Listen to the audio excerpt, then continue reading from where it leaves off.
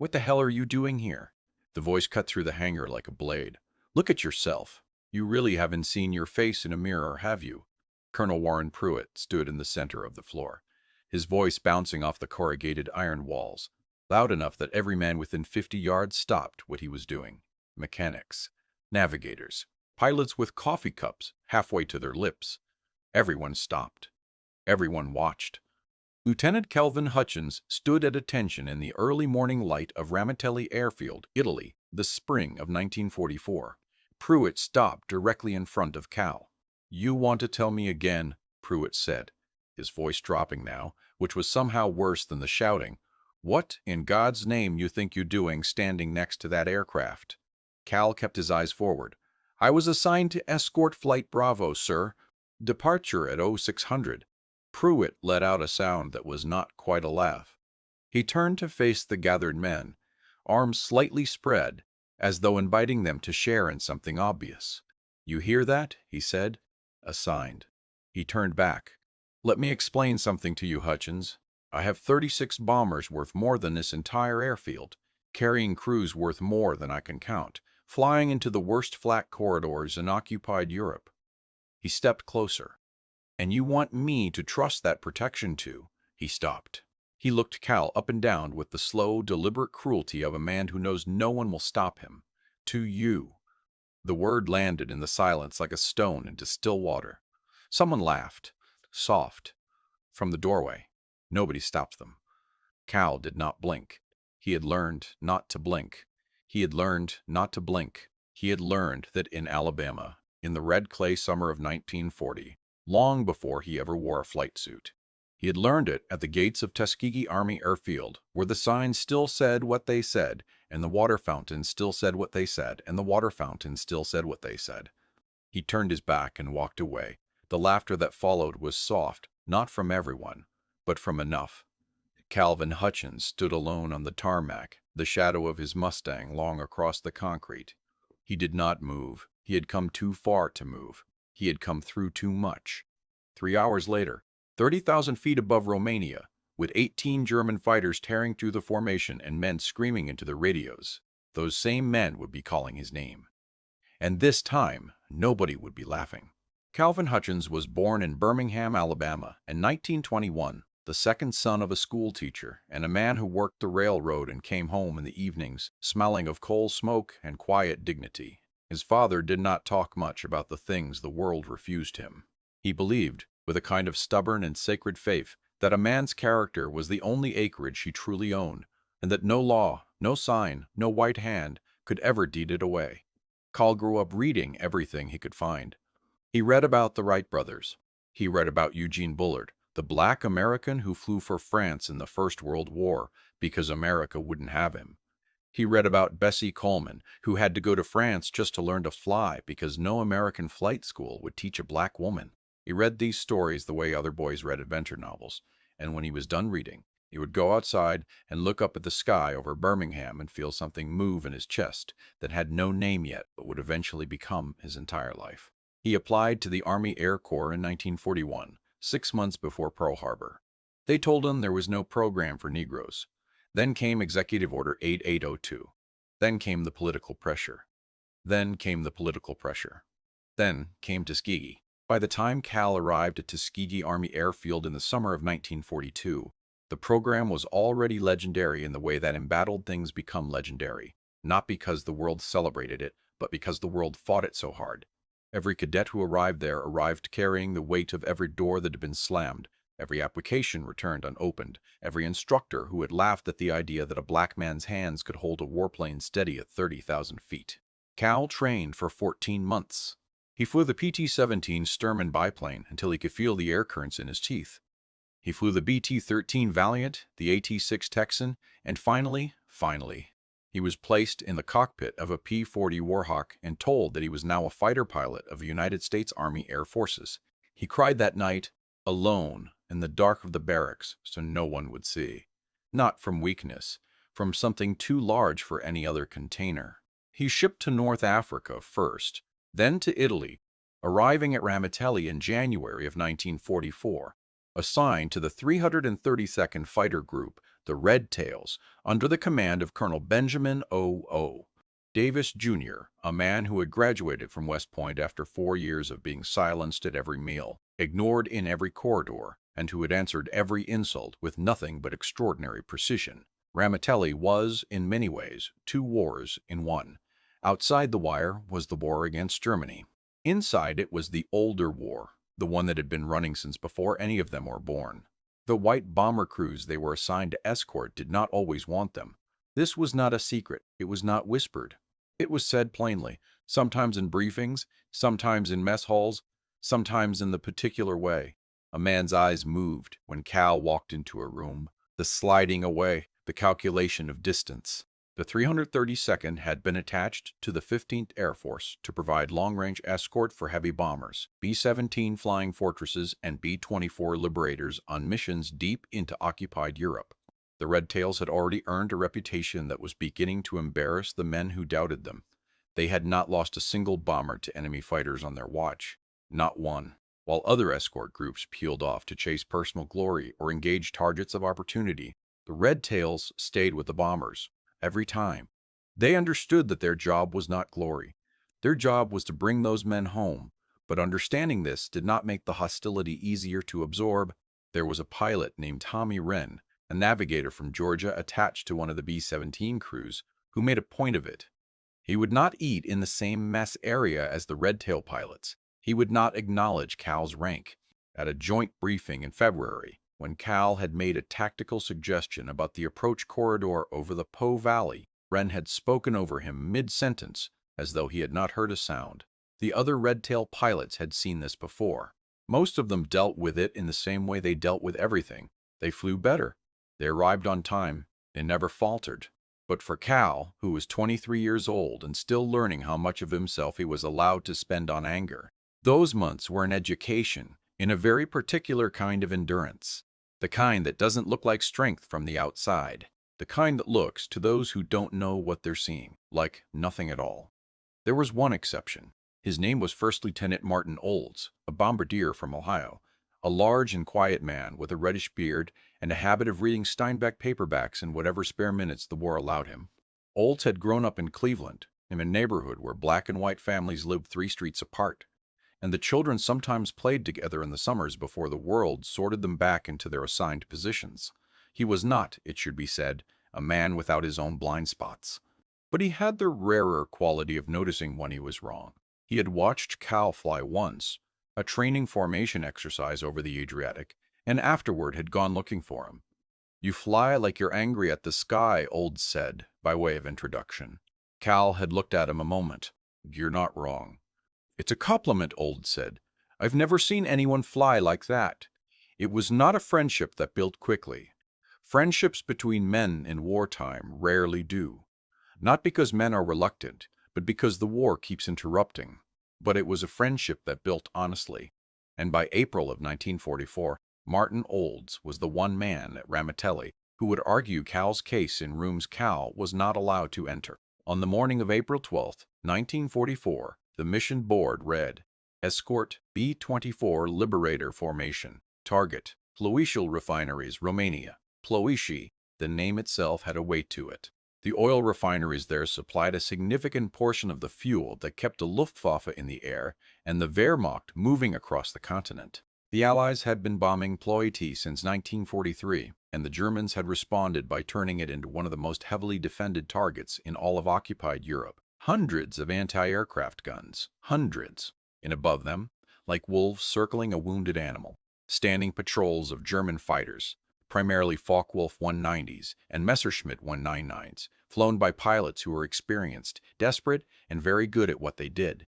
The briefing was held at Cyril 500. Colonel Davis stood at the front of the room, tall, composed, with the expression of a man who has already converted fear into discipline, and walked the assembled pilots through the mission profile. The 332nd would escort a formation of 36 B-24s from takeoff until the bomb run over the target, then cover the withdrawal. Round trip, approximately 7 hours.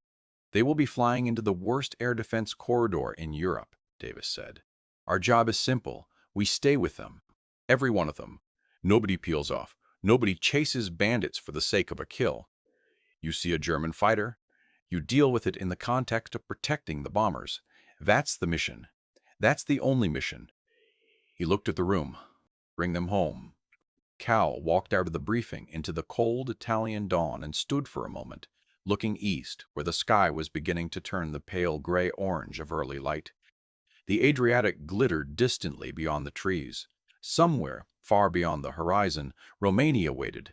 He thought about his father, the man who worked the railroad and came home in the evenings and never said a word about what the world owed him. Then he walked to his Mustang, climbed up onto the wing, and began his pre-flight checks. The formation assembled over the Adriatic at 0720. 36 B-24 Liberators, heavy and lumbering, their 4 engines filling the air with a sound like rolling thunder, climbing slowly into formation altitude. Around them, above and to the sides, the red-tailed Mustangs held their positions, swift and watchful, their red-tailed fuselages bright even in the gray morning sky.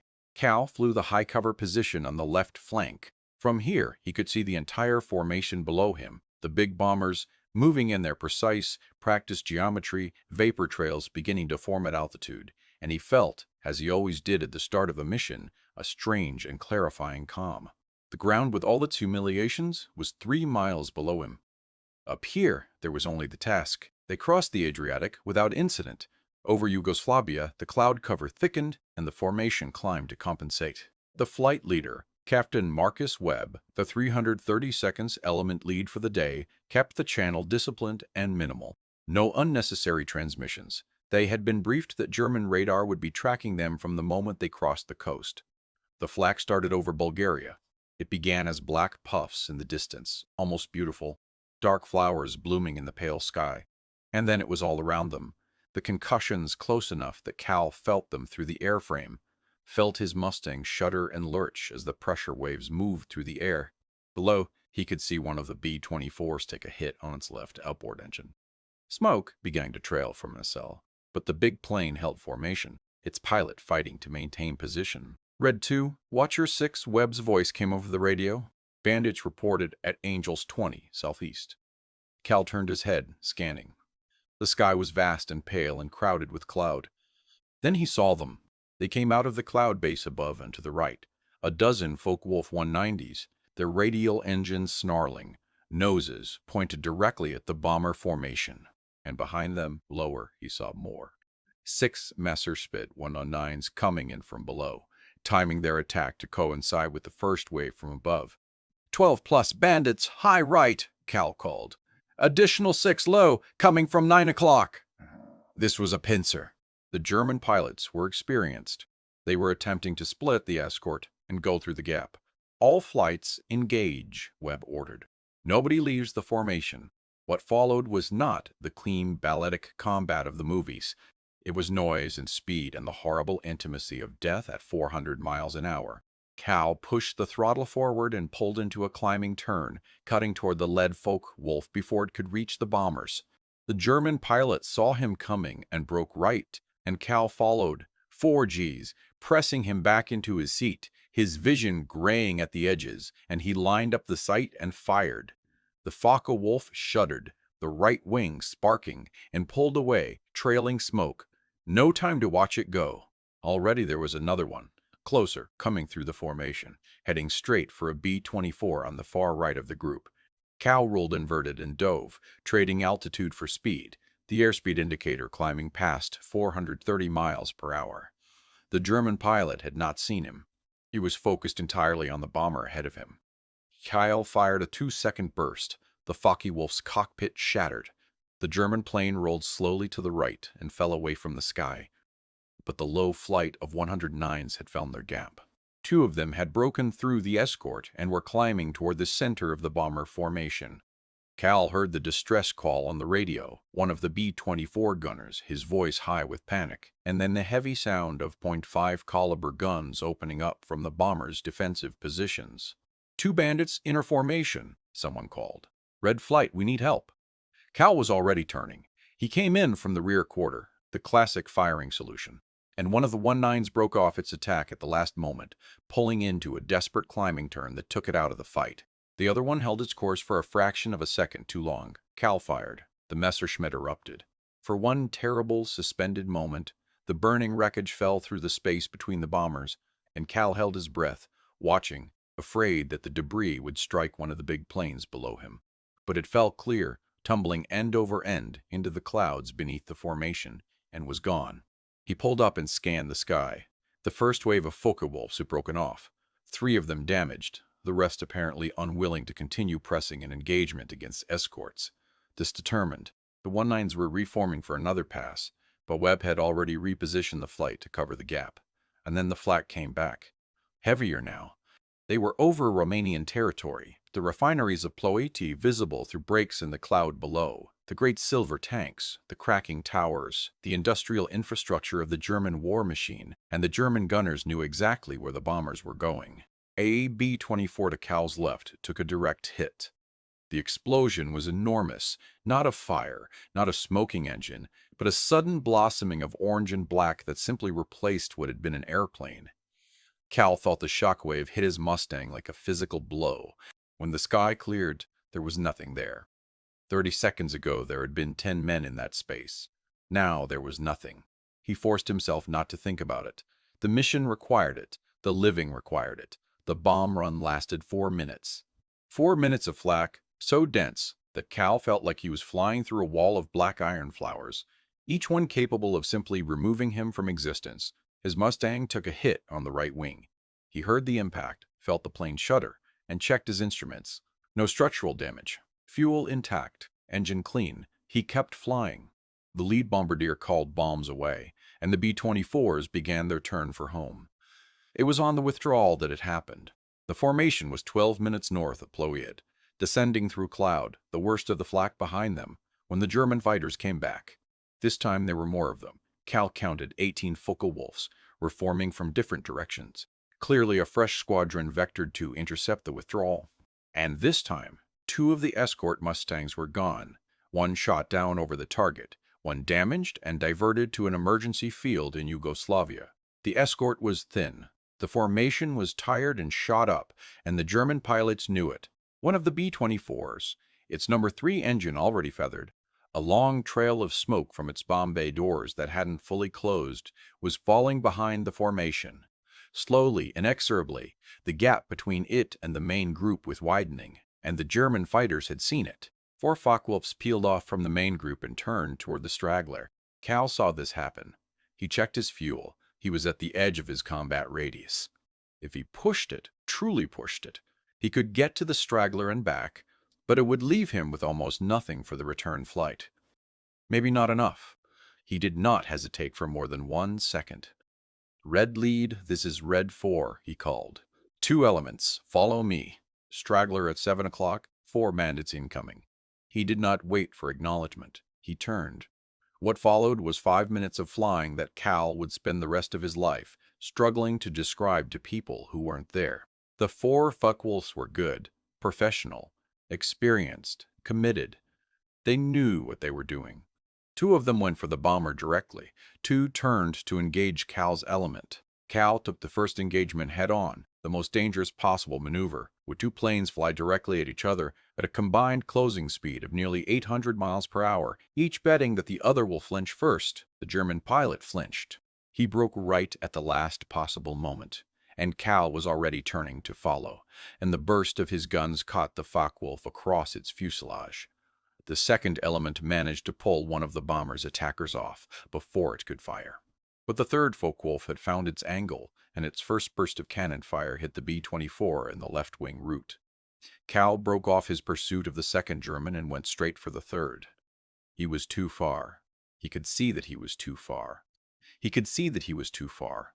The angles were wrong, the geometry impossible. He fired anyway. The burst was long. He held the trigger down longer than he should have, longer than doctrine allowed, burning ammunition he might need.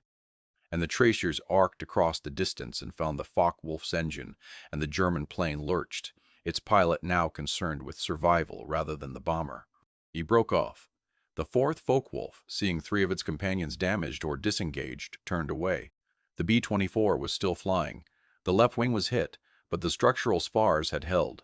The pilots were fighting the plane, fighting to maintain altitude, fighting to stay with the formation that was now pulling back toward them as the escort repositioned. Cal pulled alongside the stricken bomber, close enough to see the pilot and the left seat, a young man, white-knuckled, his co-pilot talking to him, the plane shuddering under the effort of staying aloft. They flew that way for 4 hours, Cal's fuel gauge telling him things he didn't want to hear. The B-24 slowly, painfully climbing back to formation altitude. The sky around them quiet now. The German fighters had broken off the Ploiești defensive zone far behind them. Over the Adriatic, with Ramitelli on the horizon, Cal's engine began to sputter. He was out of fuel. He had exactly enough to make the field, not a gallon more. He put the Mustang down on the runway with his engine cutting in and out, and when the plane rolled to a stop, he sat in the cockpit for a long moment with his hands still on the stick, not moving, listening to the ticking of the cooling engine, and he thought about nothing at all. The B-24 landed 20 minutes later. Cal was still on the flight line when it taxied in, one engine dead, the left wing showing the ugly gray scars of cannon damage. The ground crew was already running toward it. He watched as the crew door opened and the men began climbing out. 10 of them, all of them, none left behind. Among them was Tommy Wren, the navigator from Georgia, the man who had spoken over Cal in a briefing and would not eat in the same mess area. Wren came across the tarmac with the expression of a man who has been changed by something he cannot fully name. He stopped in front of Cal, and for a moment, neither of them said anything. Then Wren said, "You came back for us." "That's the mission," Cal said. It was not coldness. It was just the truth. Wren looked at him for a long moment. Then he nodded once, a small, insufficient but genuine acknowledgement, and turned away. It was not redemption. It was not for redemption. The world that had made Tommy Wren who he was would not be remade by one afternoon over Romania. But it was something. A crack in the stone. A first breath of something different. Martin Olds found Cal in the debriefing hut an hour later and sat down across from him without a word. He put his Steinbeck paperback on the table between them. After a moment, Cal picked it up and looked at the cover. "You always carry this," Cal said. "Keeps me company," Olds said. "Figured you might want some." They sat in the quiet of the debriefing hut while the intelligence officers moved in and out, and the light outside turned gold and then orange, and the day ended the way days in wartime always ended, not with resolution, but with the stubborn fact of having survived it. Colonel Davis came through the hut as the sun was setting. He stopped at Cal's table and looked at the mission notes in front of him. He did not say much. Davis rarely said much. He didn't need to. "Good work today, Hutchins," he said, and moved on. For Calvin Hutchins, who had grown up in Birmingham, reading about men who had to go to France just to be allowed to fly, who had been told at every gate that he did not belong, who had stood on a tarmac that morning while a colonel made a theater of his contempt, those 4 words, spoken simply from a man who understood what they cost, were enough, more than enough. By the time the war in Europe ended in May of 1945, the 332nd Fighter Group had flown more than 1,500 combat missions, destroyed hundreds of enemy aircraft, and maintained a record of bomber protection that remained unmatched by any other escort group in the 15th Air Force. They had done this while fighting 2 wars simultaneously. The first war was in the skies over Europe, against an enemy that wanted to end the world as they knew it. The second war was everywhere else. In the briefing rooms where their voices were talked over, in the mess halls where their presence was resented, in the streets of the towns where they were stationed, and where the signs still said what they said, and in the official correspondence of men who believed, with a certainty born of nothing but fear, that these pilots would fail. They did not fail. The men of the 330 Tonnant, the Red Tails, the Tuskegee Airmen, came from every corner of Black America, from Alabama and Ohio, from Georgia and New York, from families who had worked railroads and schoolrooms and fields. They had been told, with great confidence and great frequency, that the ceiling of their lives had already been determined, that the sky was not for them. They went to the sky anyway. What they proved over the oil fields of Romania, over the refineries of Vienna, over the bridges of the Po Valley, was not simply that black men could fly. What they proved, what Calvin Hutchins proved on the morning of April 12, 1944, when he had nothing left in his fuel tanks but the will to bring 10 men home, was that courage does not read the signs, that bravery does not ask permission, that the measure of a man has never been the color of his skin, and that the kind of people who think it is have always, eventually, been answered by the sky. They came home to a country that awarded some of them medals and denied others bus seats in the same week. They came home to a world that had not yet caught up to what they knew. But they had known it. They had known it at altitude, in the clean, cold air above the clouds, where none of the old lies had oxygen enough to survive. They had been up there, and they had brought everyone home,